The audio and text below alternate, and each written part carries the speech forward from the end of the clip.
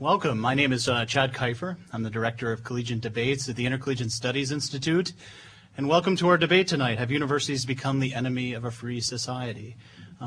Tonight's debate is part of a larger series, as you can see, called the Cicero's Podium Great Ideas Debate Series. And we've traveled across the country this year. We've been to over 12 campuses, including the University of San Francisco, the College of the Holy Cross, the University of Virginia, and a host of other campuses holding this debate series. And we're pleased tonight to hold the final one here, just a few miles south of our headquarters. For those of you who don't know, is based in northern Wilmington, just outside of Greenville off of Centerville Road. So my call to you tonight is to, if you're interested in these debates, if you're interested in what you see here this evening, get to know us. We're not very far from here. We're here to serve the students of the First State. In fact, we have a dedicated educational outreach program geared towards students here in the First State. So it would do yourself well to educate yourself about that program, educate yourself about what ISI does here in Delaware, and to also perhaps at some point, and you have an open invitation, come visit us at our beautiful headquarters there in Greenville. Well, as you can imagine, a debate of this magnitude and of this healthy crowd doesn't just happen overnight. And there are a number of great sponsors who have agreed to be a part of this program with us this evening. I want to thank the Conservative Caucus of Delaware, the Students of Western Civilization, the Delaware Association of Scholars, and Students in the Public Interest for co-sponsoring the debate with us tonight. There are a number of representatives from those organizations here with us, and I want to thank all of them. I haven't had a chance to thank you individually. Thank you as a whole for being a part of it.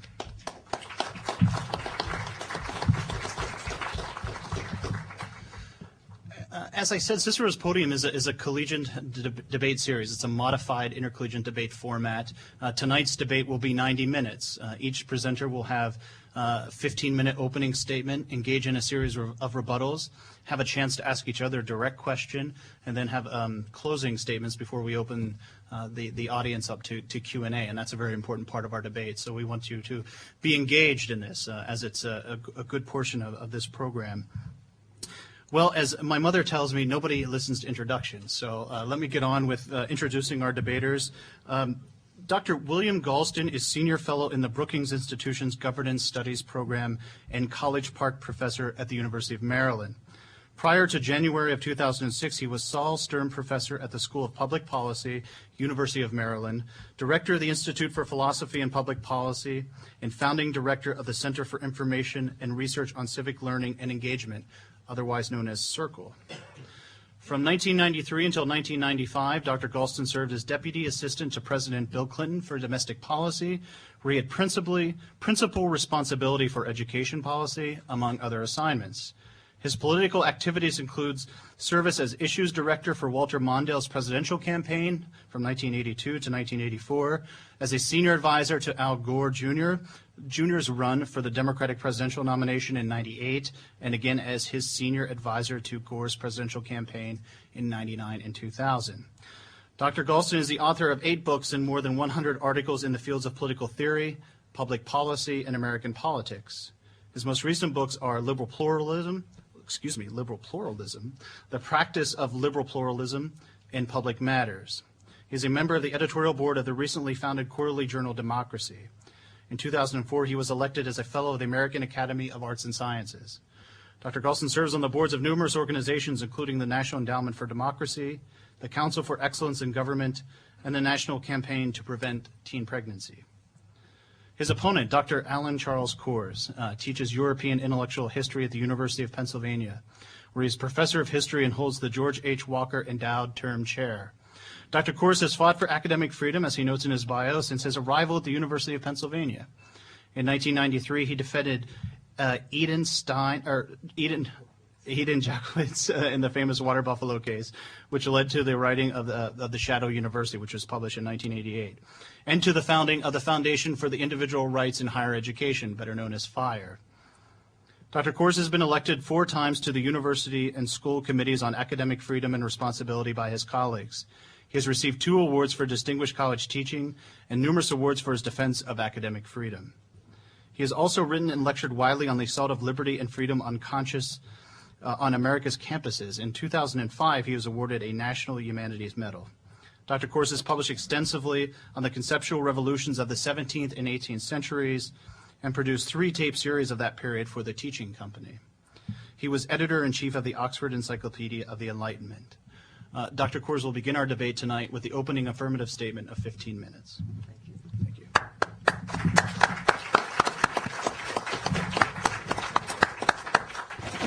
Well, I'm either on the right or the left, depending on your perspective. It is extremely intriguing for me that this debate is being held in, forgive me if I mispronounce his name, Trabant Hall. I first became familiar with him when he was president of the University of Delaware and actively engaged in the suppression of research by members of this faculty because it dealt with issues of intelligence and race norming, and did some further research on him because my sense is when you scratch a censor, you find a censor all the way down. So in addition to having written of the research being done at the University of Delaware, without judging the merits of this perception of the funding of this research, the board's objective of increasing minority presence at the university could, in the view of our executive committee, be hampered if the university chose to seek funds from the Pioneer Fund at this time. At that point, he was the very voice of political correctness. A few years earlier, in 1975, the same E.A. Trabant, in whose hall we meet tonight, discovered that a faculty member had given an interview to the Wilmington News Journal speaking about gay life at Delaware. He was openly gay, and estimating that there were 600 people on the campus who were gay. E.A. Trabant summarily fired him for advocating homosexuality and making the university, quote, a mecca for homosexuals. Scratch an authoritarian or totalitarian, and you usually find it goes down quite deep. And our universities are at, and must be at, the forefront of passing on liberty to the next generation. In fact, they have become the center of a generational swindle of epic proportions. The same people who in the 60s said don't trust anyone over 30 have changed their mantra to don't trust anyone under 30. We have gone from their struggle in the free speech movement to their struggle for speech codes, their struggle against mandatory chapel, to their struggle for mandatory diversity education and sensitivity seminars. Your lead program at Delaware is not a bad example of that.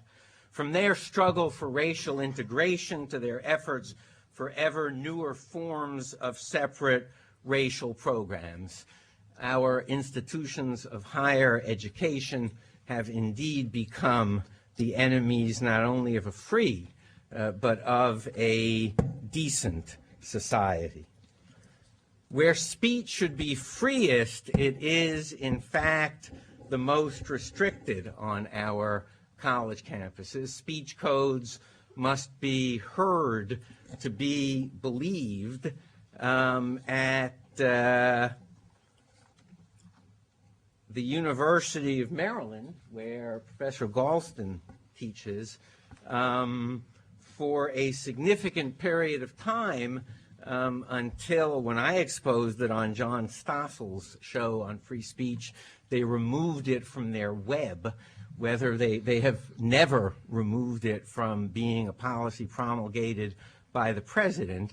But so you know what the state of freedom can be like, the code promulgated by the president's office at the University of Maryland criminalized, quote, idle chatter of a sexual nature, pseudo-medical advice about sex, and holding or eating food provocatively, close quote. To my knowledge, the faculty at the University of Maryland did not bring the house down over the promulgation of that code. I have struggled against the following codes in the past 10 years, sometimes successfully, sometimes unsuccessfully. Bowdoin College banned jokes and stories, quote, experienced by others as harassing. Now you know what you can say, right? Brown University banned verbal behavior that produces, quote, feelings of impotence, anger, or disenfranchisement, intentional or unintentional. That produces feelings of impotence and anger in me. I don't think that's what they had in mind. Colby College outlawed speech that causes a vague sense of danger, that's in quotes, or, quote, a loss of self-esteem. Honest criticism causes a loss of self-esteem. I've had book reviews of my own works that have caused me much loss of self-esteem. University of Connecticut outlawed, quote, inconsiderate jokes, stereotyping, and, quote, inappropriately directed laughter, close quote. Laughing at someone else's politically incorrect joke was a crime. Syracuse University outlawed, quote, offensive remarks. There are 20 to 30 colleges that outlaw offensive remarks. Sexually suggestive staring, and this has to be heard to be believed, quote, sexual, sexist, or heterosexist remarks or jokes, close quote. How is it that the faculty of our nation's universities, with an obligation to pass on free institutions, have permitted these codes to proliferate and to increase as we speak? Take a look at the website of the organization I founded, the Foundation for Individual Rights in Education, www.thefire.org. You will see our speech code of the month, and you can check any university's speech code in the nation. Now, these speech codes could only exist with something that is also the absolute enemy of freedom in education, and that is double standards. The moment that a feminist professor was taken out of a classroom for having offended evangelical Christian or Catholic students and sentenced to sensitivity training at the Newman Center or the Campus Alliance for Christ, the faculty would bring the walls of the institution down, but that is precisely what happens to politically incorrect students and, alas, at more and more places, faculty, if they run afoul of the PC police. Again, just take a look at the website of FIRE if you want to see what those cases are like. At university after university, Andres Serrano's work of art, his title, quote, The Piss Christ, a crucifix immersed in the artist's own urine, became the icon of the First Amendment to faculty and administrators, including unto the issue of taxpayer funding. If on any main campus in this country you immerse the portrait of Martin Luther King Jr. in urine, or a Jewish star in urine, let alone the Prophet Muhammad in urine, the campus would close for days of conscience. At my campus, there'd be a week of shame on the campus calendar in perpetuity. But the double standards without which these codes could not last a nanosecond are the point of those speech codes, so that they both tell our nation's brightest, the students we are sending to college, you can't exercise your freedom, at the same time that they say to people who have struggled so mightily for individual liberty, blacks, women's, gays, you are too weak to live with freedom. You are too weak to live with the equivalent of the First Amendment. Well, no one who tells you that you are too weak to live with freedom is your friend. To set people up for these double standards, universities begin at freshman orientations and in residential programs, including here at Delaware, involving political litmus tests for anyone being hired by offices of student and residential life, that they must identify an American caste system of race, of sex, of sexuality, from which there are unjust beneficiaries and there are victims, and one is in either of those classes. And our university's division of people by externalities rather than by difference of opinion, where there is almost no call for diversity on our campuses, leads to an invasion of privacy in which, as I learned on this campus, but on most campuses, students in freshman year orientation or first year residential programming are asked in Orwellian fashion to talk about what is on the inside in their views.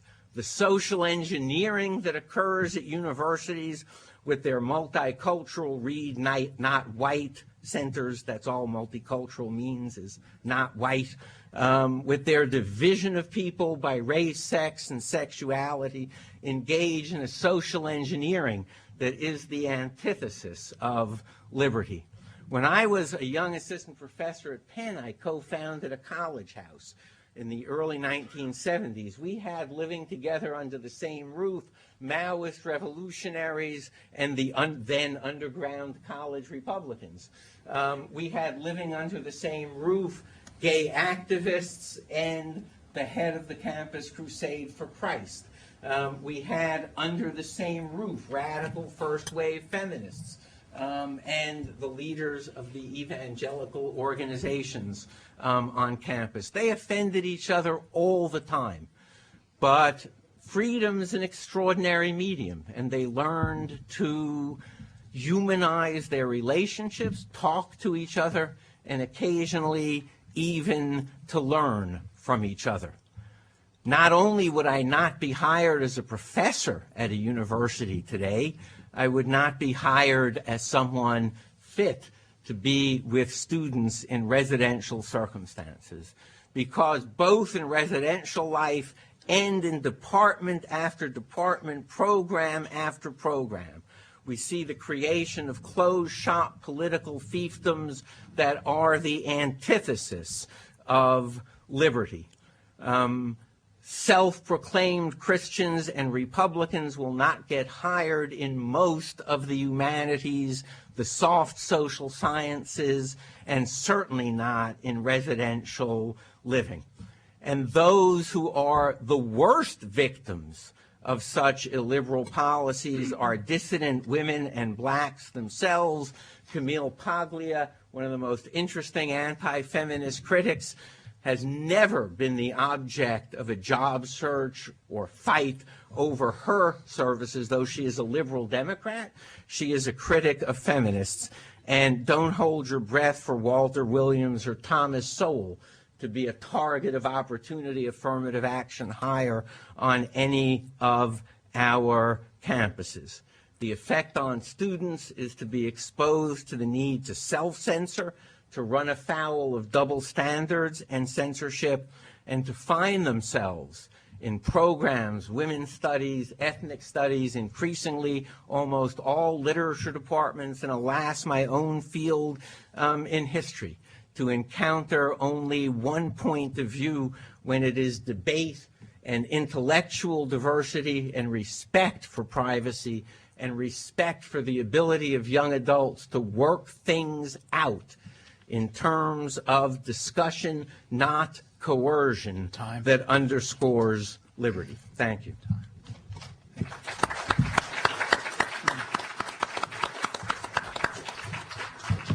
Dr. Galston, your opening 15-minute statement.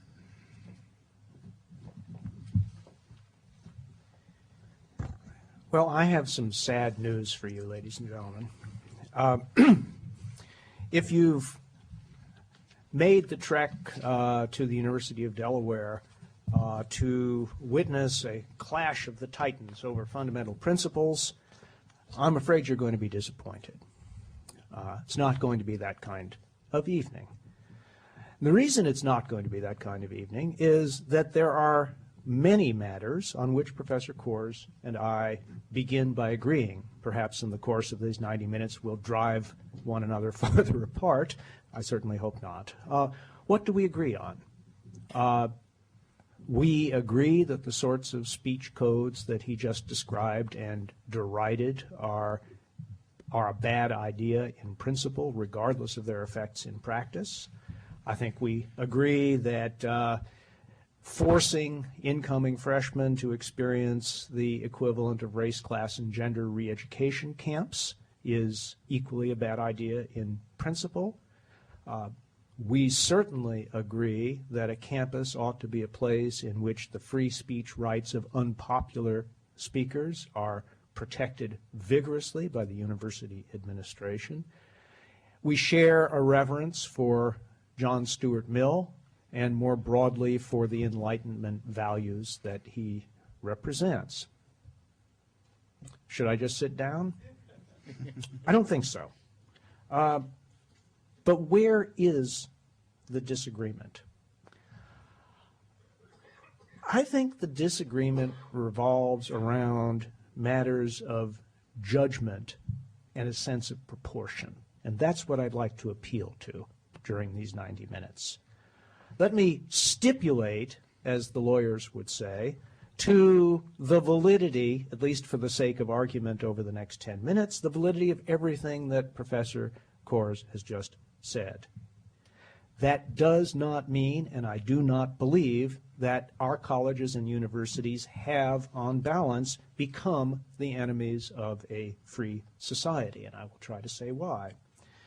And I believe that while the sorts of things that Professor Coors and I join in deploring are indefensible on their face, what they represent is, in fact, an absurd overreaction to real social problems that we can't simply ridicule out of existence. There are, it seems to me, two conceptions of debate, and I incline in one direction very strongly. According to the first conception of debate, you adopt a position and you maintain it at all costs. The second conception of debate is that you engage in a mutual quest for truth, promoted by the convergence and clash of differing perspectives. That is my view. And I undertake that if Professor Coors makes an argument with which I agree, I will cheerfully acknowledge it. And although we have only met recently, I have the distinct impression that he is of like mind on that subject. So why do I believe that on balance and bringing judgment and perspective to bear on this issue, America's colleges and universities have not become anything remotely approaching enemies of a free society? Well, let me begin with some overall context. There are more than 2,500 BA granting colleges and universities in the United States. They grant more than 1.4 million bachelor's degrees every year. Of those 1.4 million, a grand total of 7,181, that is to say about 0.5%, were in all the ethnic, cultural, and gender studies in the programs in the country put together. By contrast, 307,000 of these BAs were in business and other very traditional and highly non-ideological subjects of study. I learned a long time ago in graduate school that data is not the plural of anecdote. And I would urge you not to move from anecdotes or parade of horribles to general conclusions about the state of reality on America's campuses. And I urge that point for a second reason as well. Nominal violations or absurd violations of First Amendment norms strictly construed in campus speech codes do not necessarily produce repressive environments on college campuses. Many of those codes are dead letters, promulgated without effect and without enforcement. Not all of them, but most of them. I can assure you that on my campus, nobody I know ever heard of the speech code to which Professor Kors referred. It may very well be that some assistant deans of students around the countries are enemies of freedom, but that does not mean that their home universities are. Now, what about outcomes? How much time do I have left? About 8 minutes. 8 minutes, excellent. What about the outcomes of college and university training in the United States? There is very broad agreement among economists and social scientists as to a wide range of net benefits, individual and societal, from higher education. These net benefits include not only enhanced wealth and innovation, but also significant increases in civic and political participation, and also the development of attitudes such as support for religious tolerance and racial equality that are widely regarded as bulwarks of a modern democratic society. There is, as far as I can tell, zero evidence that so-called tenured radicals have a significant impact on the broad mass of the student body. At most, they carve out and dominate small enclaves of the already like-minded. Individual programs, many of which you can find on Professor Kors' organization's website, may indeed violate civil liberties. When they do, and to the extent they do, they should be reined in. But, and this is my main point, there is no evidence that American higher education weakens students' attachment to civil liberties. Au contraire. This brings me to the issue of free speech on campus, which I cherish as much as Professor Kors does. Nonetheless, I think it is incumbent upon me to introduce some distinctions here. First of all, there is a difference between the legal standing of private institutions and public institutions. Public institutions are fully bound by constitutional norms in a way that private institutions are not. The simple fact that private institutions can restrict speech doesn't mean that they ought to, but as a legal matter, they may. When you look at the strict interpretation of the First Amendment itself, the simple fact that the Constitution says Congress shall make no law is not interpreted by the United States as saying, rather by the Supreme Court, for example, as meaning that there can be no restrictions whatsoever on speech, and everybody knows this. There are appropriate and legal and constitutional restrictions on the time, place, and manner of speech. And so the real issue is, what are those restrictions? What ought they to be in order to serve the purposes of the university and to comport with the broad thrust of our Constitution? This consideration is fortified, it seems to me, by the need for universities to think about conversational structures and conversational restraints in the name of inquiry itself. If everybody speaks simultaneously, no one can hear anyone else, and no one can learn anything from anybody else. There must be rules, there must be structures, there must be restraints justified in the name of inquiry itself. And finally, I would say, it is not inappropriate for colleges and universities to try to address the problem of specific offenses, or as the phrase goes, fighting words. I do not think it would be inappropriate for a college campus to say that the words that got Don Imus fired have no place on our campus either. I have no problem with that. As for the issue of race,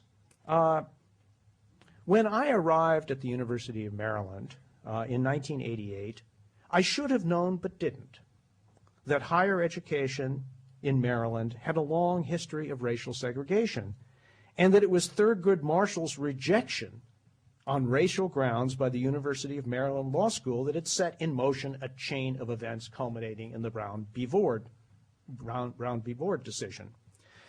These events, of which I was culpably unaware, were living history for 1/4 of Maryland's population and created tensions on the campus to which I could have responded much better as a member of the faculty if I had understood them better, and the same went for students at the University of Maryland as well. There is, ladies and gentlemen, something that stands between compulsory PC re-education camps on the one hand and pretending that the past never happened on the other. And that is the space that our colleges and universities ought to be exploring. That's where the real discussion is. Finally, I have 2 minutes? Finally, I strongly believe, and I hope that Professor Kors agrees with me, that higher education has not only an intellectual mission, but also a civic mission. They are linked but distinct. The civic mission of higher education is, among other things, modeling informed and engaged democratic citizenship and subtly encouraging the traits of character, otherwise known as virtues, needed to sustain our democratic institutions. One aspect of this is the capacity to distinguish between rights and rightness. The fact that I have a right to do or to say X does not imply that doing or saying X is the right thing to do in specific circumstances. Along with every other right, free speech can be abused. A university is not simply an open public forum. It is not Hyde Park. It is that, but it is more than that. In helping subtly to shape democratic citizens, it is best to use persuasion, public discussion, and moral leadership.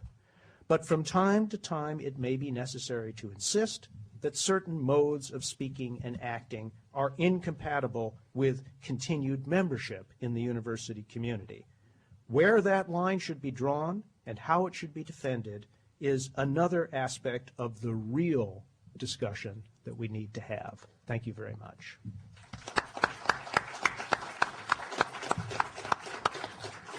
Dr. Kors, 5 minutes.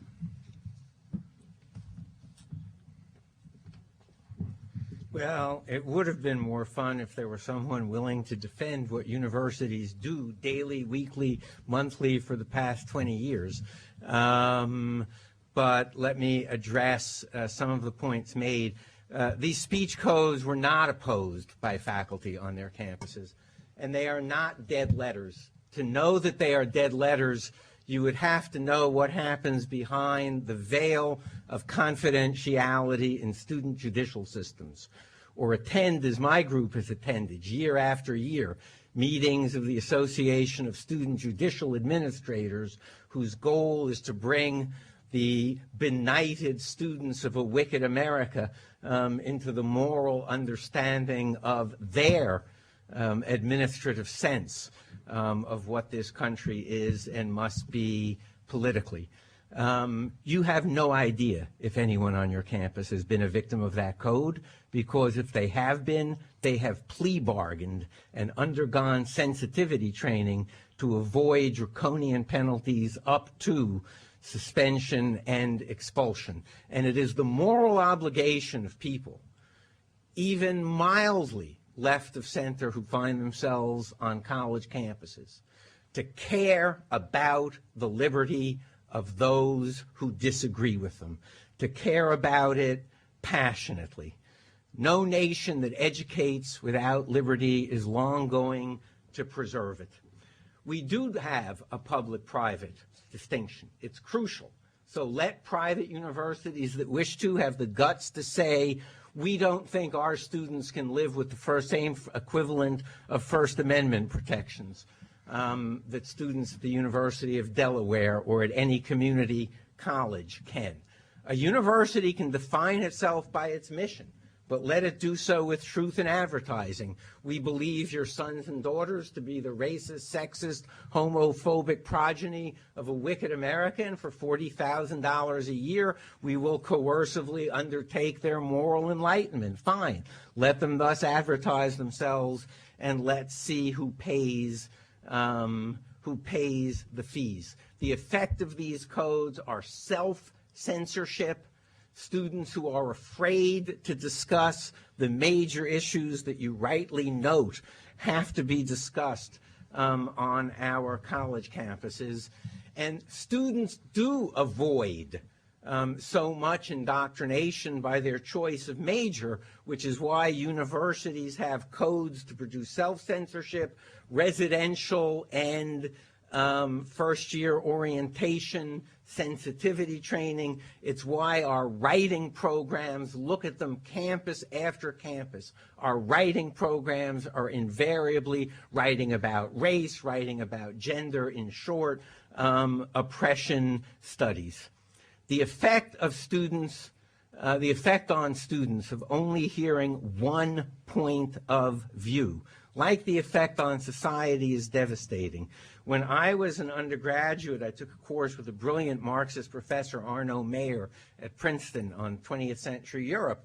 He handed out his exams at the midterm and said, "I'm ashamed I gave you readings that would have let you reach independent conclusions, and you all told me what I wanted to hear. I'm assigning a book for the final exam, and I'll ask you to recreate its arguments with intellectual empathy." The book was Friedrich Hayek's The Road to Serfdom. It changed my intellectual life. I know of no colleagues who teach that way today. They want disciples, not open, critical minds in front of them. They think that K through 12, people have been brainwashed. They have no idea what's happening K through 12. People have been brainwashed with a patriotic, rah-rah view of America. They have merely 4 years to demystify them, and they don't want them to meet an Arno Mayer who says, "Why don't you read X?" It's fine to say we should have civility. The critical question is, who gets to define it? The fighting word in the actual fighting word case, Chaplinsky v. New Hampshire, was, quote, fascist, close quote. If my colleagues couldn't call me fascist because of a civility code, they wouldn't know how to address me on campus.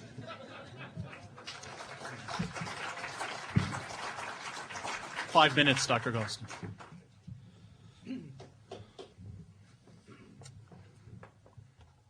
Well, in one of my favorite Marx Brothers pictures, I'm pulling this up out of long unexercised memory banks, Chico hides under Margaret Dumont's bed, and then someone dressed as Chico enters the room, talks with her, and leaves. And then Chico gets out from under the bed and starts talking with Margaret Dumont. And she says, "You can't be here. I just saw you leave." And Chico says, "I'm here." And she says, "You can't be here. I just saw you leave." And he finally looks at her and says, "Well, who are you going to believe, me or your own eyes?" And that is the question that Professor Kors has presented to me. I have spent most of my life on university campuses. The first part at the University of Texas, the second part at the University of Maryland. I was so frantically working for tenure at the University of Texas that I probably didn't have time to put my head up and look around, but not so at the University of Maryland. And at least at the institution I know best, I simply do not recognize the picture that Professor Kors paints as a picture of lived reality. I did not see a campus in which students were cowering in fear, unwilling or unable to express their opinions. Can I stand up here and say that people never pulled their punches because of fear of what somebody else might say or fear of some university norm? Of course I can't. And I freely confess that if I have, quote unquote, no idea of what's going on because it's going on behind closed doors and is shielded by confidentiality restraints, well, I have to admit that, but then I wonder how anyone else can know either.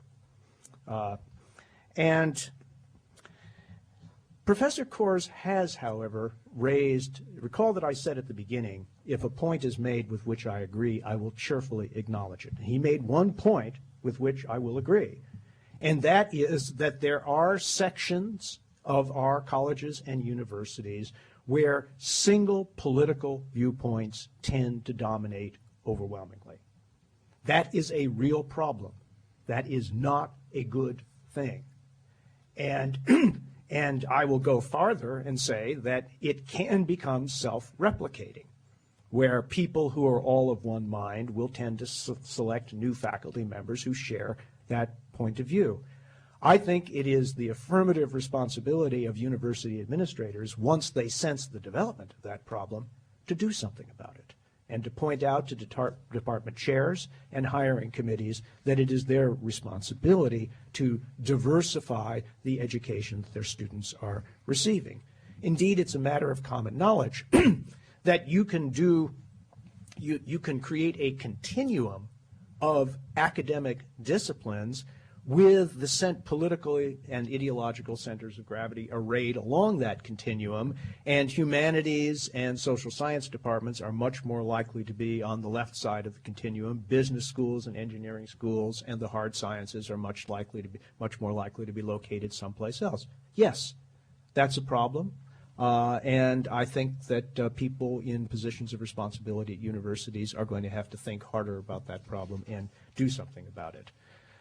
None of this, to repeat, persuades me that the sorts of phenomena to which Professor Kors is rightly drawing our attention dominate the intellectual and social life of our college campuses. And that is the fundamental disagreement. I do not see how the evidence and anecdotes that he has heaped up amount to proof of what is a sociological proposition that speech and freedom on our campuses have been quenched or thwarted by bad and misguided programs. And until I hear that evidence, and it has to be not just more of the same kind of evidence, but a different kind of evidence based on the lived experience of students across the country, I will not concede the point. Second rebuttal of 5 minutes, Dr. Kors. Montesquieu wrote an extraordinary book in the 1720s called The Persian Letters, whose hero in many ways is the Persian traveler Uzbek, who is extraordinary at seeing every despotism in France and in Europe. He is honed in on the nature and reality of European despotism. There's only one despotism he never sees, and that is his own over women in the harem back in Persia. And one has two personalities, the Uzbek who explores France and the Uzbek so totally unaware of his own despotism. To me, my colleagues, including some of my sincerest and dearest, and in this case, most intelligent and most admired colleagues, play the role of Uzbek, exquisitely sensitive to injustice everywhere they find it, except in the world where they are the predominant force. But that world matters. It is our universities. I suppose it would have been possible during the period of McCarthyism to say, well, this anecdote, that anecdote, yeah, that's 940 anecdotes, yeah, that's 2,642 anecdotes. Go to the FIRE website. Take a look at what is happening systemically throughout higher education in this country. Fire has studied 334 speech codes at universities. 229 of them, most of them at public universities, would not pass constitutional muster. 91 are open to interpretation in a way that would repress vital free speech. Only 8 nationwide received the green light, indicating they encourage free speech and debate. It is not anecdote. Go there. Study. How do you find out what happens behind the veil of confidentiality? Let your students know that you care about justice to them, whatever their politics, whatever their views, and trust me, they will find you. And not only will they find you, but as you'll see from the Shadow University, a book I co-authored, and from Fire Zone cases, middle-level administrators begin to fax you phenomena from their judicial systems that, well, I don't have hair to stand on end anymore, that make your hair stand on end. It is the job of university administrators, indeed. Precisely as Bill says, it is the job of university administrators to make sure their campuses are fair. But they are selected with political groups having veto power over their appointment. And if they wish to move up, there are people they may not offend, others whom they may. If you tell a college president, boy, have you ticked off the college Republicans, there is no frisson of fear running down his back about his next job. You tell a college administrator, boy, are the black faculty and is the black faculty and administrative caucus mad at you? There will be a meeting to redress what well might be a wrong. And it is the task of all of us. I hope I would have been that way, and I believe I was when people whom I admired exercised power despotically. It is now your obligation on a college campus to play that role. Let none of us be Uzbek, aware of injustice every place, but where the people we like exercise it. Thank you. Dr. Galston, 5 minutes.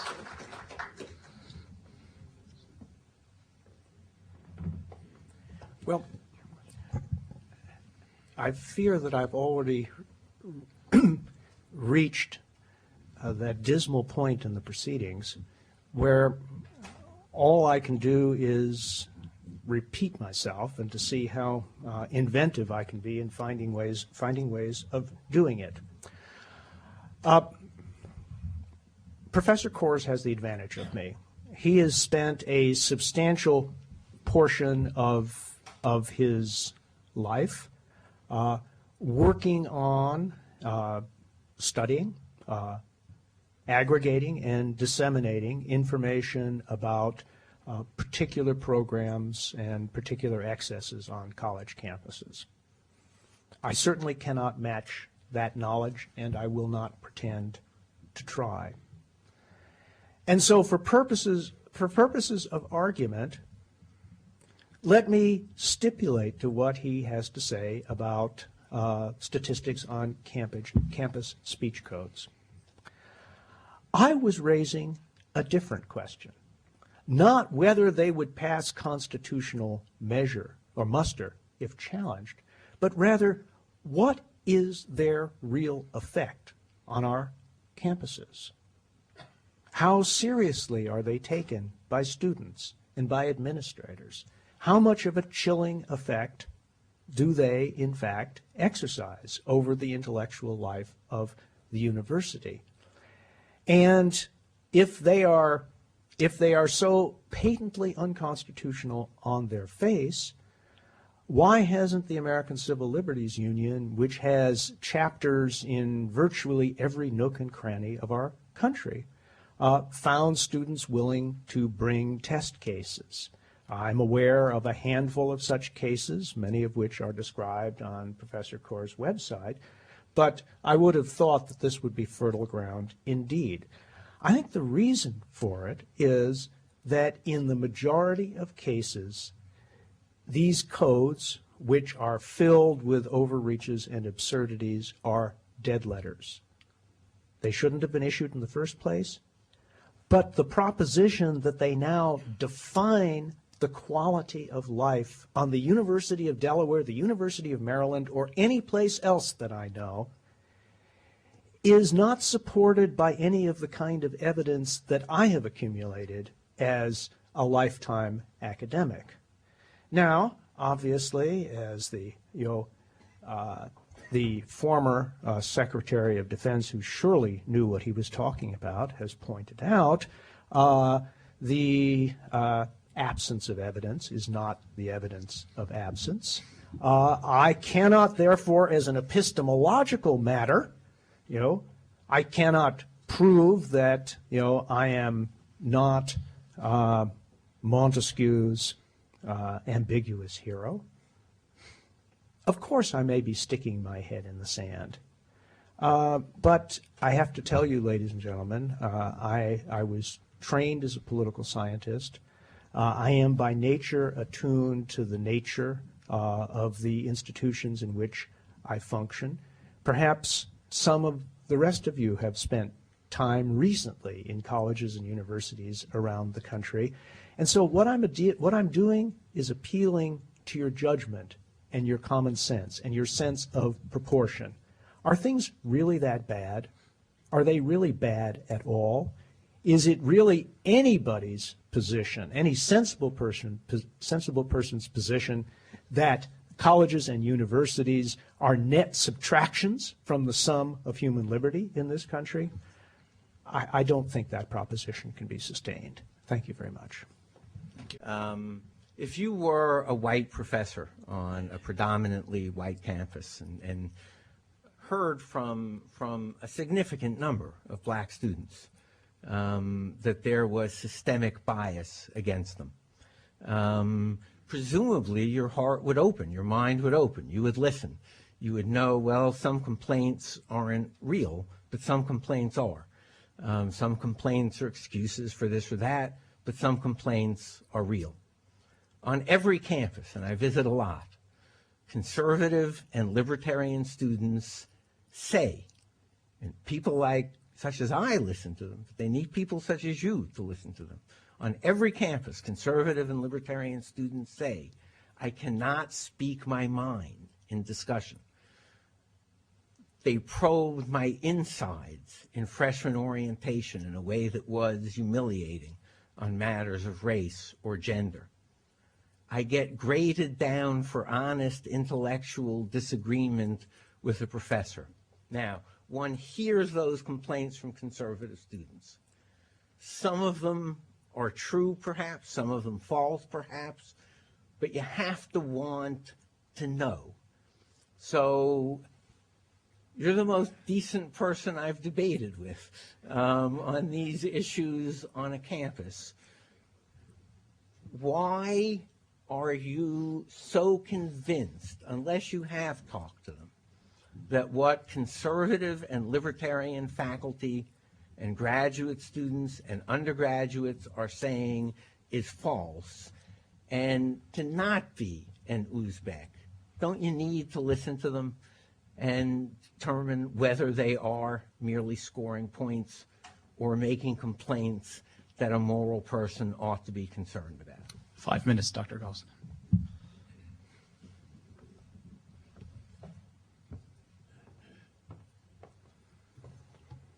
Of course I do. And I have, although I'm not Catholic, I guess I'm permitted to say that I have visited a number of the Stations of the Cross during my academic career. And the most recent was a period of enforced servitude as the dean of the School of Public Policy at the University of Maryland. And in that capacity, it was my duty not only to keep my door open and to listen, but also when serious charges were leveled, to investigate.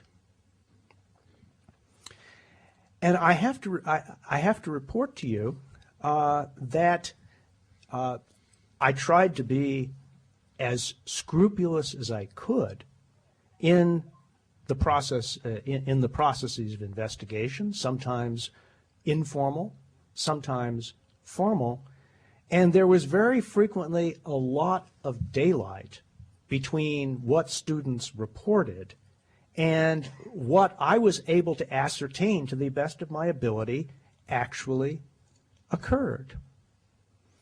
And that was true for a couple of cases of sexual harassment that it was my sorry duty to have to investigate, and also for other sorts of issues.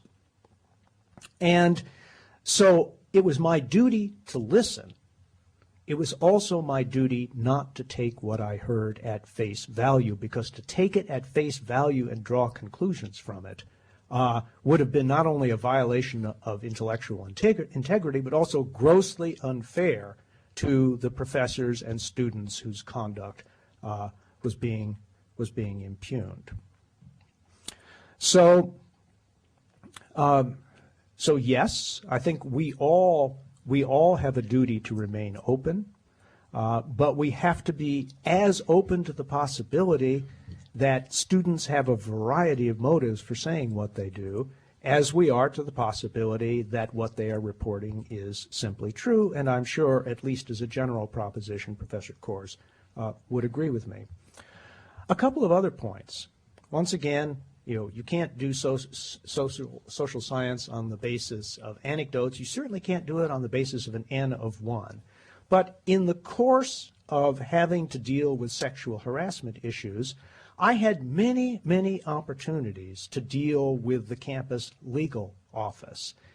And I have to tell you, I went into those exchanges with the prejudice that the sexual harassment rules and procedures were going to be stacked against people who were accused of wrongdoing, that they were going to be suffused with political correctness. I really believe that that's what I would encounter. That is not what I found. I found the rules governing inquiries into sexual harassment, defining sexual harassment, making judgments about sexual harassment to be models of due process, the sort of process that you and I would want to enjoy the protection of, and not at all, the swamp of political correctness and invidious shifting of burden and imputation of blame without proof that many people who disapprove of that entire set of regulations seem to believe they will find there. So in short, yes, I have exactly the responsibility that Professor Kors indicates, and I have a conception of how to discharge that responsibility that has not led me to the sorts of conclusions that Professor Kors has reached. I would ask Dr. Galston to stay at the podium to direct your question to Dr. Kors. I thought you would. Here's my question for Professor Kors, and this is a softball because I am really interested in getting the argument out on the table, not in scoring points and not in covering over facts that may be adverse to my cause.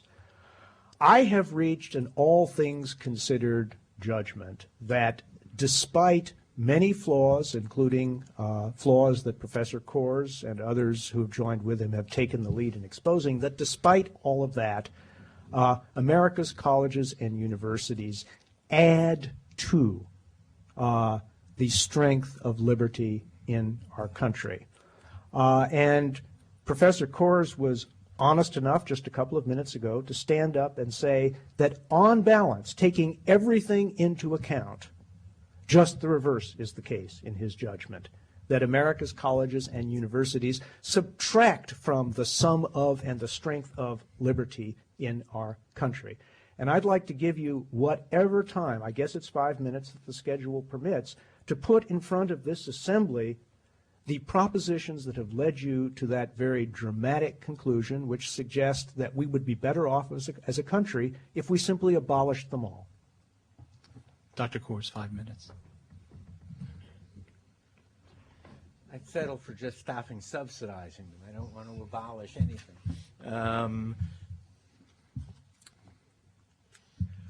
What speech codes, political correctness, and one-sidedness do on our campuses is teach people who have power on campuses, even if they're marginal off campuses, that if you have power, use it to advance your agenda, whatever the cost to the rules of freedom and due process. What they say to so-called minority students is you are too weak to live with freedom. And what they say to most students on a campus is accept violations of your rights. Since he keeps calling me Professor Kors, I better stop calling him Bill. Professor Galston said that certain things are dead letters on campuses. They're not dead letters when they control the symbolic environment. If it were illegal to be Jewish, the question, is it a dead letter or is it enforced, would be irrelevant.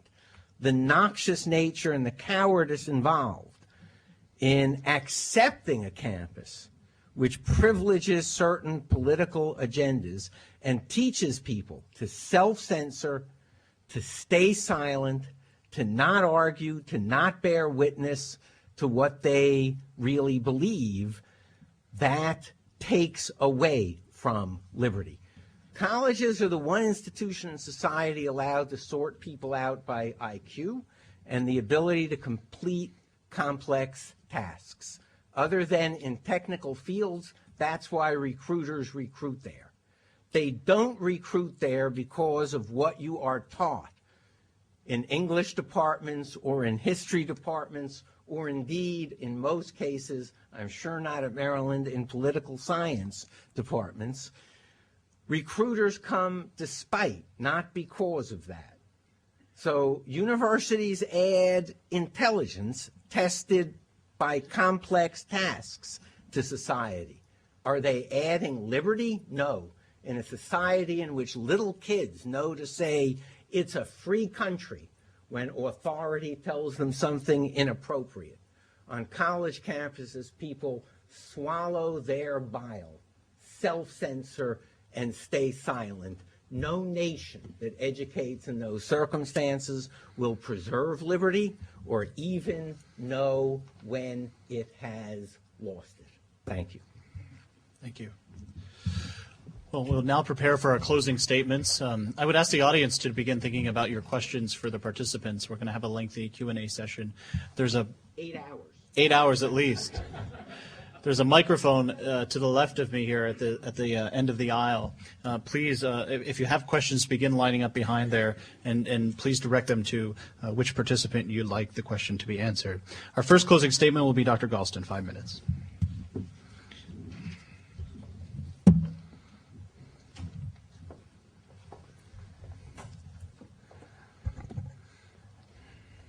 I'd like to begin and, in a way, end by restating the central point of disagreement that has emerged in this debate.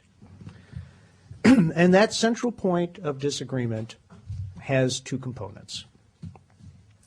Number one are the sorts of phenomena that Professor Kors and I join in deploring.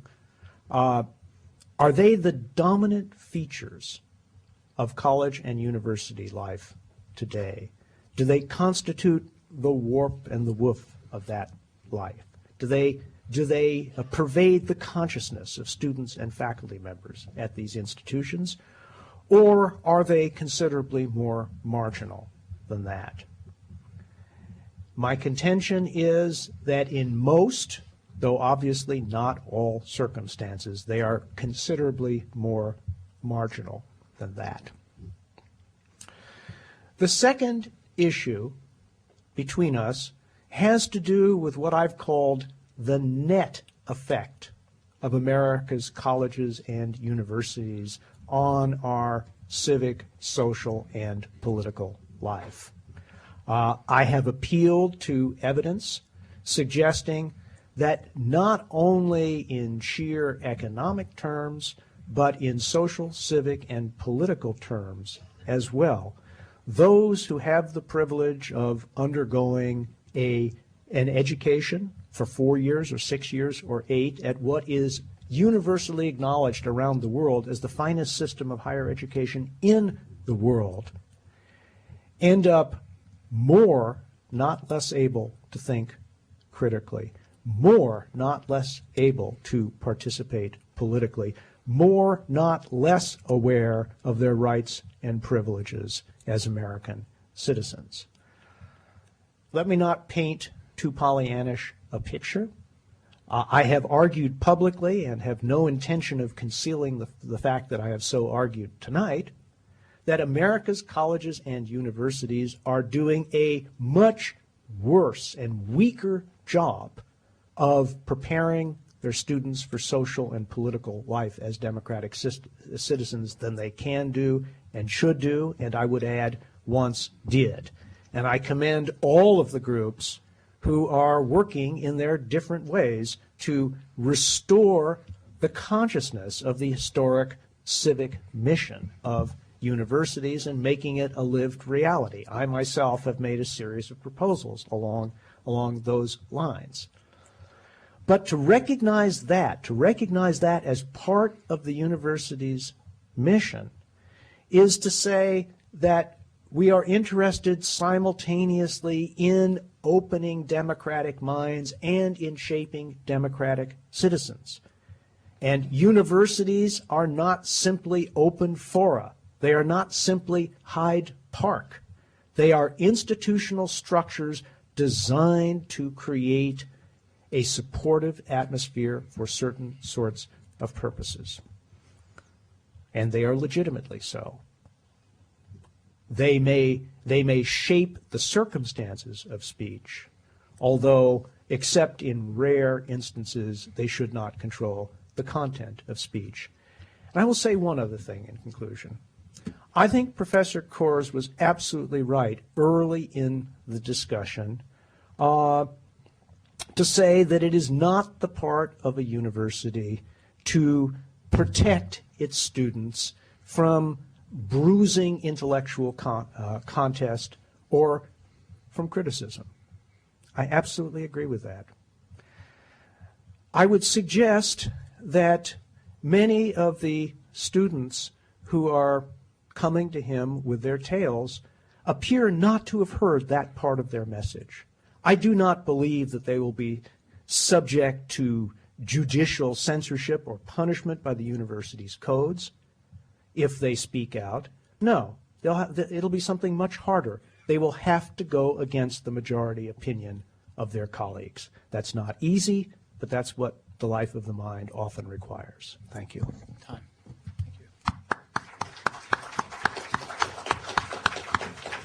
Dr. Kors, 5 minutes. It is a privilege to be part of academic life. Nothing is more of a privilege than teaching. But with that privilege comes responsibilities. And among those responsibilities must be a devotion to and an understanding of academic freedom that we extend as freely to others, both colleagues and students, as we extend to ourselves and to our allies. That is an indispensable precondition of liberty. And it is not the case on American campuses. There are political litmus tests in hiring, far from bending over backward to be pluralistic. University departments increasingly clone each other, and they clone themselves politically and ideologically. Academic freedom and our universities must teach by practice and by spirit to this generation of students the views and values that are indispensable to liberty and to full human dignity. That all human beings are free to define themselves by their own lights and need not be given and must not be given an external identity by a university. If Jewish or black or Hispanic students want to associate voluntarily, that's wonderful. It is not for the university to say, the most important thing about you is you're black, or you're gay, or you're Jewish, and here's your place, and here's where you should live, and here's who speaks for you on campus. Individuation lies at the heart of liberty.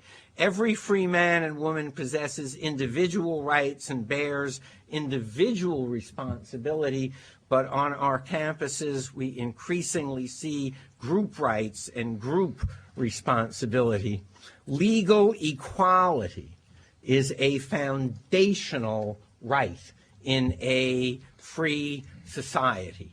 If there is one penalty for immersing a racially sensitive image in urine, then Andres Serrano's immersion of the crucifix with Christ in urine must be treated exactly the same, but they are not on our campuses.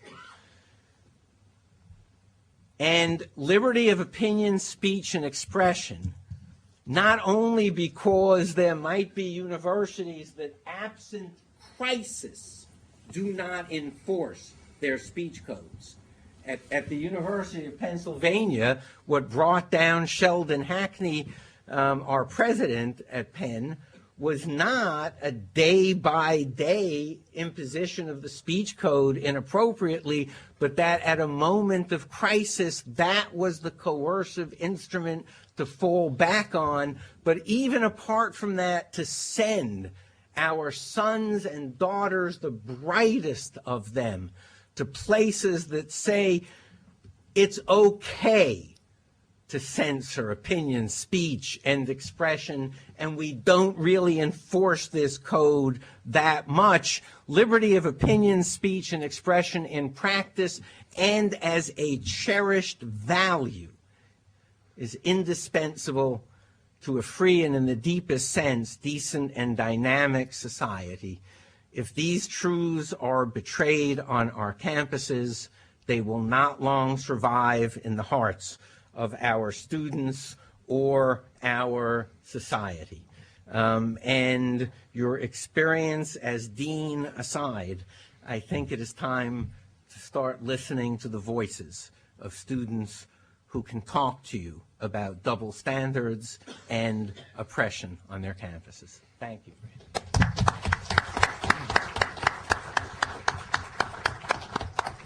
Thank you to both participants, and thank you to the audience for being very civil.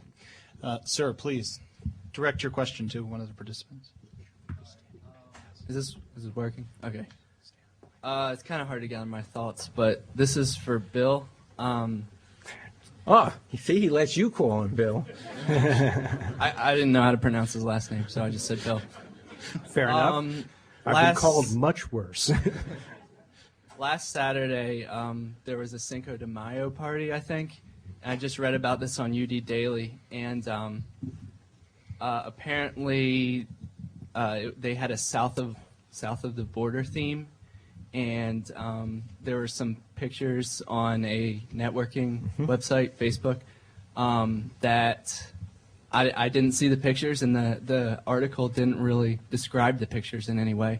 But apparently they were considered racist, so I don't really know. I mean, I didn't see the pictures, so. But my point here is that, like, today where, like, we have more technology and stuff, I think that it's becoming more of a problem, like, some of these issues because of, like, Facebook and social networking websites that, like, a lot of times employers will look on these websites and before they go to hire people.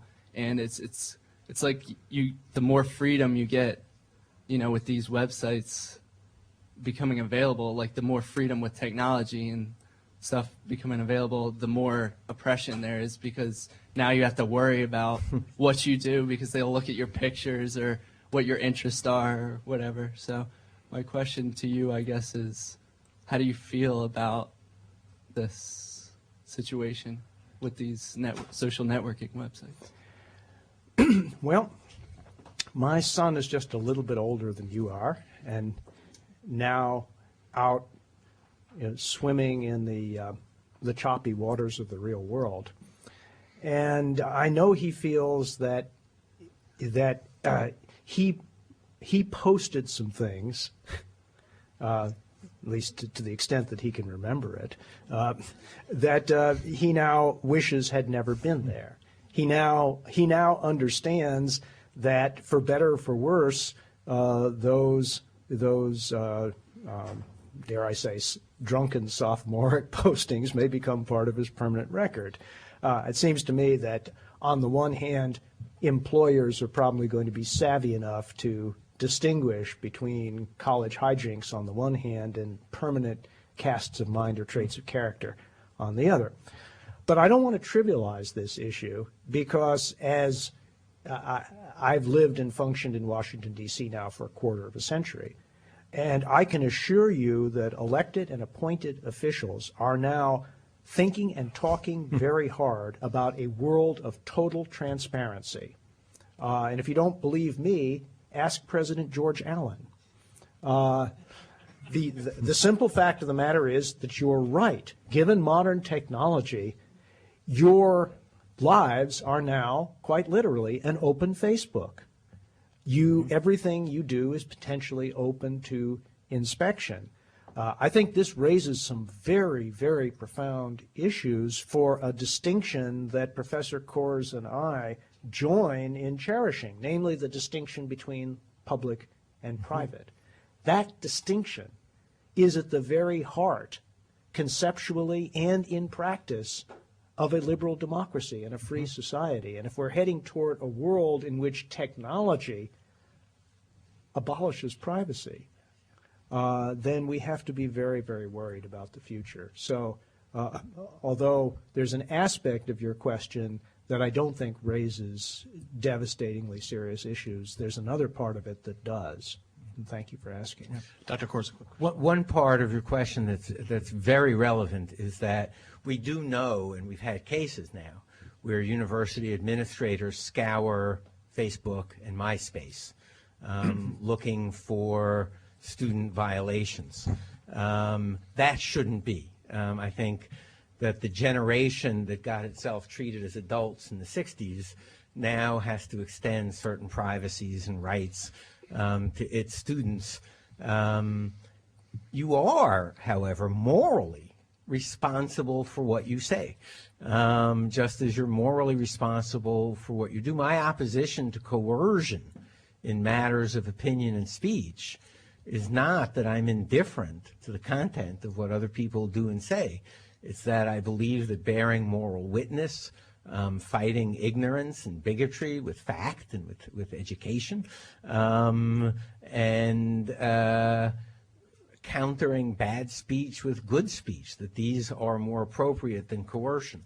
I think universities should bend over backwards to respect the privacy of their students, but Professor Bill is exactly right. See, I'm caught in between two worlds now. Is exactly right that it is increasingly a transparent world, and add to that the moral fact you're responsible for what you say and do. Thank you, sir. Okay, I've got a couple of questions for our distinguished university professors. Just one, please.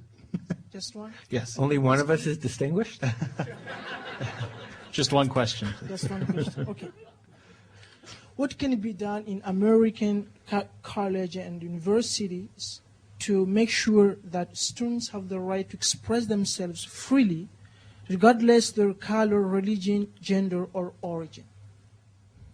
My view is very simple there. I think that universities that do not have a special mission, in which case the issue then is truth in advertising, that universities that present themselves as open forums of debate, ideas, opinion, should extend the equivalent voluntarily at private universities, by law at public universities, of First Amendment rights to their students. And there's a case that both Professor Galston and I happen to admire, West Virginia State Board of Education v. Barnett, that says no official, high or petty, shall state what is orthodox in matters of opinion. And that seems to me precisely right and should be extended on every college campus, absent an advertised special mission. Well, it's impossible to disagree with that, but you then have to go a step further and ask yourself, in practice and as a matter of law, what is the zone of free and robust debate that universities are morally and in many cases as well legally required to defend? I gave an example of a form of speech that I believe universities are not obligated to defend. I believe that a university administration could, with legal and moral propriety, say that it is not permitted to unfurl a banner on the premises of the university containing the words that got Don Imus fired. I do not believe... Or to play them on a rap album in a dorm? Well, those exact same words? Same rules apply to whites and blacks? Well, certainly the same rules should apply to whites and blacks. So then if you can fire Don Imus, my colleague Michael Eric Dyson, who teaches Tupac Shakur's Christ, and who teaches courses in rap music in which the phrase ho occurs every other line, they have a right to fire? I would disagree. I think we should just bear moral witness against ignorance and bigotry, and take our chances in a free society. Well, if the issue is a legal issue of whether a university could do so, then we may have a disagreement, because I believe that a university could legally and constitutionally do so. We could then enter into a very interesting discussion of time, place, and manner. I think that a reasonable person could make a reasonable distinction between a bunch of students unfurling a banner with those words in a college, in the quadrangle of a university, as opposed to a professor subjecting those words to study and scrutiny in a reasonable classroom environment. I think that's a distinction with a difference. If the T-shirt in Cone were unfurled at a banner, on a banner in a university where there were the children of veterans who gave their lives for their country, you would say that people have a right to be protected from that? We would disagree. I would say err on the side of freedom, but bear vibrant moral witness against speech that you deem offensive and objectionable. Let's move on. Next question. Thank you, sir. I actually know quite a bit about the Cinco de Mayo party that was previously referenced, and I'd like to see if I could get your opinions on it. Some of the specifics of the matter are some people at a Cinco de Mayo party themed south of the border wore T-shirts that said Mexico on the front, and on the back said hot, spicy, and full of tequila. And the Campus Alliance de la Raza has interpreted this to be a slander against Latinos and has posted the names of the offending individuals on the internet with their photos, calling them racists, and have asked for the University Office of Judicial Affairs to take action against them and for their national fraternity to expel them. What do you think of that? One, it is absolutely no concern of the university's judicial system. Students have acted in good and most likely in bad taste from time immemorial. The appropriate response is the one that seems coercive and is not at all coercive. It is people who deem that to be racist to broadcast their own views, and presumably people who wish to counter them should broadcast their own views.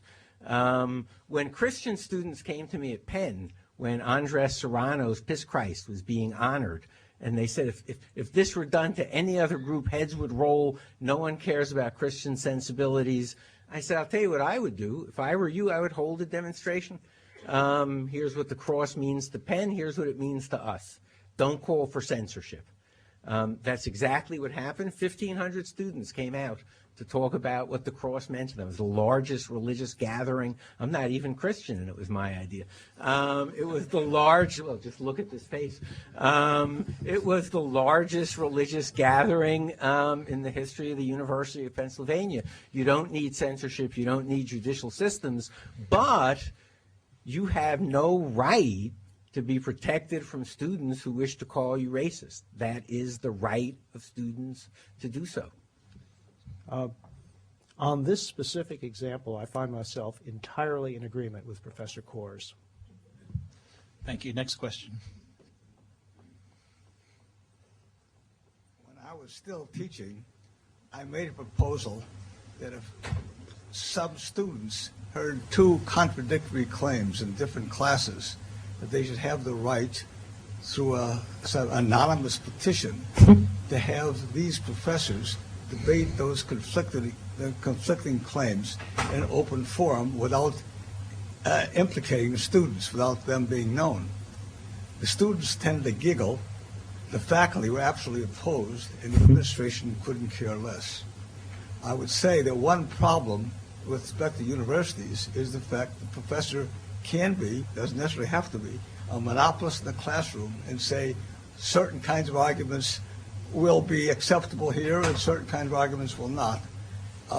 And the students really don't have much choice other than to drop the class. My question to you, Professor Kors, is the following.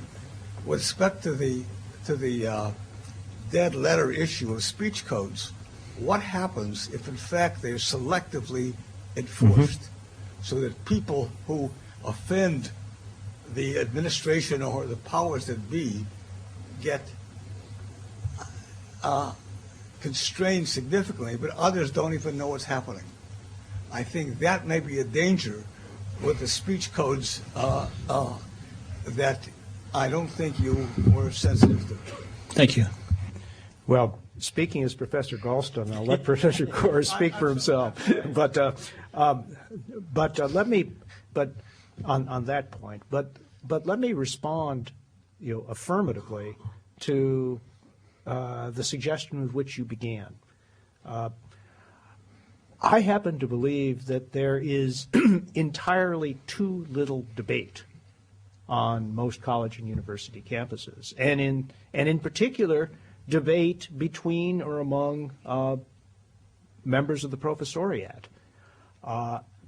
And I don't think the point is so much that professors in class rule certain arguments in and rule certain arguments out. I'm sure that happens in some cases. I do not think that's the heart of the problem. The heart of the problem is that many members of the faculty are not really used to being challenged in the heart of what they consider to be their professional competence. In my view, which I'm not the only one who holds, is one of the things that got Larry Summers into trouble as Harvard's president and eventually got him fired or created the atmosphere within which it was possible to fire him, is that unlike virtually any other university president in the country, he actually challenged face-to-face the positions of professors in faculty meetings, and they didn't like it. And I don't think that's a very healthy state of affairs, and I think your suggestion should have been approved, and your university would have been a better place if it had been approved. I'm not in favor ever of coercing people to have to debate, to have to speak, but I agree with the spirit of it. What is missing at universities, indeed, is vigorous debate. I think political correctness has a great deal to do with that, as at Harvard, as with Larry Summers. And I know it's had a dreary effect upon student culture, but to advance both education and liberty, universities should be centers of debate. Those first-year orientation programs, that shouldn't be three people from campus centers talking about race and gender and oppression and sexuality. Have a debate. Get bright people up there of differing political, ideological, substantive points of view and expose students to reasoned debate on major issues. That is what universities ought to be about. And I'm glad to hear Professor Galston recognize that it is what they are less and less about, encouraging debate. But where we don't agree is the diagnosis of the problem as opposed to to the existence of the problem. I don't think it is principally a matter of political correctness. I think it's much broader than that and goes to a certain brittleness, uncertainty, and in tendency towards intellectual self-protection, which I think goes less to the content of your views than perhaps the fear that if challenged you won't be able to defend them very well. Okay, I'm going to end it there. Next. The question of selective enforcement of the speech code. Sir, we have to move on. We have a lot of questions. Thank you for your question, though.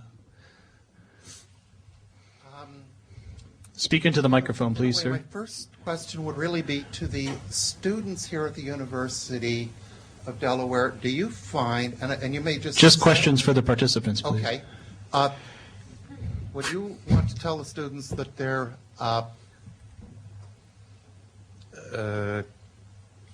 judicial proceedings at this university are models of due process, or would the phrase summary judgment be closer to what you I think they kangaroo can courts would be much closer.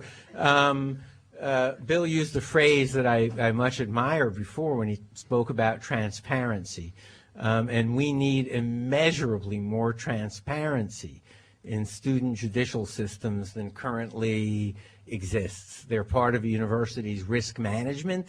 They're also part of a university's ideological agenda, and there are almost no guarantees of due process and almost no transparency, and students really are in jeopardy when they come before most campus judicial systems. I'm in no position to characterize the nature of judicial proceedings here at the University of Delaware. But he will be in a week. About which I know nothing. But I will say this, based on my decades of experience in universities, the sort of behavior that we're talking about, to the extent that it lacks transparency, is driven much more by what Professor Kors, I believe, called risk management, by fear of legal jeopardy and lawsuits, than it is by any ideology of political correctness. So here, once again, we agree that a problem exists, but we disagree as to the diagnosis. I have seen it over and over again that behavior in major institutions, including but not limited to universities across the country, is increasingly dominated by fear of being sued.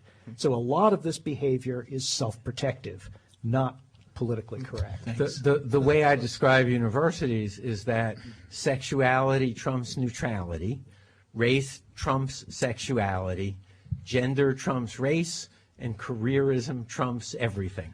And risk management is part of that careerist variable. Well, and large cash payouts trump careerism. Thank you, ma'am. Please. Actually, a transition to my question. It's speaking of large cash payouts, we often hear the phrase publish or perish. And so my question to you was, in a political system where partisanism, not bipartisanism, is stressed, and in an academic setting where professors are encouraged to publish and to have perhaps these partisan ideals, do you think, either of you think, that that is a factor that's led to, as both of you have agreed, this decrease in academic discourse, not ideological discourse? And if so, is that just a problem, a sociological problem that cannot be addressed, or can it be translated into policy somehow? My own view is that there aren't that many important books to be written, as is demanded by the number of people competing for tenure, and that it's a mistake for a very variegated educational system in terms of its purposes and qualities to have every school pattern itself on the flagship universities and insist on publications from faculty. I think that has a deadening effect on intellectual life within disciplines and in the university. What troubles me, and here I can only speak for my own department because there is no transparency in hiring, people do not have to put down in writing why they are voting for or against a candidate. And I wish they did, because now I think there are political litmus tests that are frightening. But in my own department, I saw the best economic historian of my generation, Hilton Root, not get tenure despite 2 absolutely brilliant books, because his work was seen as an apologia for capitalism. In the School of Public Policy, I saw John Lott not get tenure, and I spoke to colleagues who said, well, he's specifically calling for less public policy. That would put us out of business. And universities that ought to be encouraging debate by hiring pluralistically. When I first got my job, I bent over backwards to hire people who disagreed with me. I think departments should be built around important debates. Transparency in promotion is very much needed as a counterpoise to political litmus test, and much too much gets published under the pressure of publish or perish, though if you're a conservative, it's possible to publish and perish. Quickly. Here I think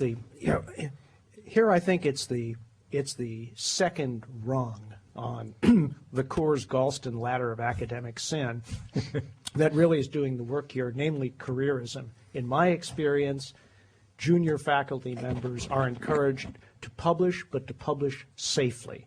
That is to say, to carve out relatively narrow areas that can be addressed technically and in ways that will not run afoul of any one of the reigning prejudices or raging debates in a particular profession. And so a lot of people are very cautious until they get tenure, and then they raise the Jolly Roger. Thank you. That's correct. I'm sure you're both aware of the recent Supreme Court decision in the Bong Hits for Jesus case, where a student put a large banner that said Bong Hits for Jesus in front of the school. It was a high school, not college. But I was wondering if you think that this sort of display of language that is meant solely to inflame and challenge free speech in an educational setting, do you feel that this is appropriate, or is outrage for outrage's sake just political noise? Jurisprudentially, Supreme Court extends more and more constitutional rights the older students are. So what they extend at universities is much greater than what they extend at high schools, though in the celebrated cases at Cone v. California, where the students wore black armbands during the Vietnam War, the Supreme Court famously said you don't have to shed the Constitution or First Amendment at the schoolhouse gates. My own instinct is, if you're going to err on the side of freedom and of moral debate and moral condemnation, don't err on the side of coercion. I think a free society needs more debate and less coercion. So I would err on the side of freedom, recognizing that high school students are given fewer constitutional rights than college students are. Well, very quickly, first of all, I thought it was hilarious and a contribution to American culture, because it sent academics scrambling to decode what the banner might mean. But secondly, I disagreed with the decision. I read it quickly, but it appeared to me that these events occurred well off campus, not within the high school grounds itself, but indeed on a public street. Right. And if I'm right in recalling those facts, then it's my conclusion that extending the authority of the school administration over students who are speaking in public streets is at least 2 steps too far from a constitutional standpoint. And so I think the case was wrongly decided. I agree with that. And the school board's argument was that this was a school-sponsored event, and that their authority extends wherever it's a school-sponsored event. But I think that Professor Galston's right about the 2 steps away yet further from constitutional protection. Thank you, man. Yep. This is a pen example. A Dutch sociologist did a study using a sample of 30 jokes, jokes of all sorts, some more, some less offensive. She got a visiting professorship at Penn, came to Penn, translated the jokes, wanted to replicate the study in the United States, and ran up against the Institutional Review Board, which declared that several of the jokes might harm people if they. So I just wanted to point out there are review boards for students, there are review boards for faculty. Yes, yes. Humor is always the first casualty of censorship, and we pay a very steep price for that on college campuses. Oh, I totally disagree. Societies that are rife with censorship have the best jokes. Told at great peril. I'm not sure that it should take that much courage to tell a joke. My proposition stands. Final question. I'm not sure if you'll actually have an opinion on this, but we've discussed a lot from the political and social side of things. I'm wondering about your opinions regarding the sciences, okay? And one of the things that I worry about in some respects in politically correct environments is in a discussion of evolution, for example. Do I have to treat the nonsense of intelligent design as on equal basis? What's your opinion on how these kinds of things should affect the sciences, if you will? As someone who has studied the emergence of debates between naturalism and intelligent design in the 17th and 18th and very early 19th centuries, it seems to me that one does need to distinguish between scientific debates and philosophical/theological debates. The appropriate place, in my opinion, for the most vigorous debates over issues such as intelligent design are in philosophy and theology, not in a substantive science that is teaching from the material natural facts of that substantive science. So it seems to me the issue of whether we live in a designed or undesigned universe is as deep an issue as exists. It is not a topic of biology 101. It is a philosophical and theological topic that should be debated in those areas, and the natural sciences should do natural science. Well, speaking as the son of a biologist, I have a somewhat different view. I'm sympathetic, I think, to the motivation of Professor Kaur's position.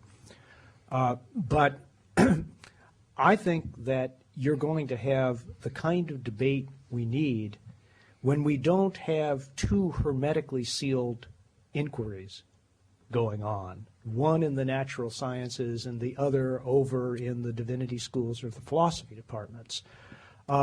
As Professor Kaurs knows better than anyone because he's studied this, the debate over intelligent design in the 17th and 18th centuries was, a debate in which these two ways of thinking about the natural world joined. The debate was joined. They weren't thought of as being irrelevant to one another, and rightly so, in my opinion.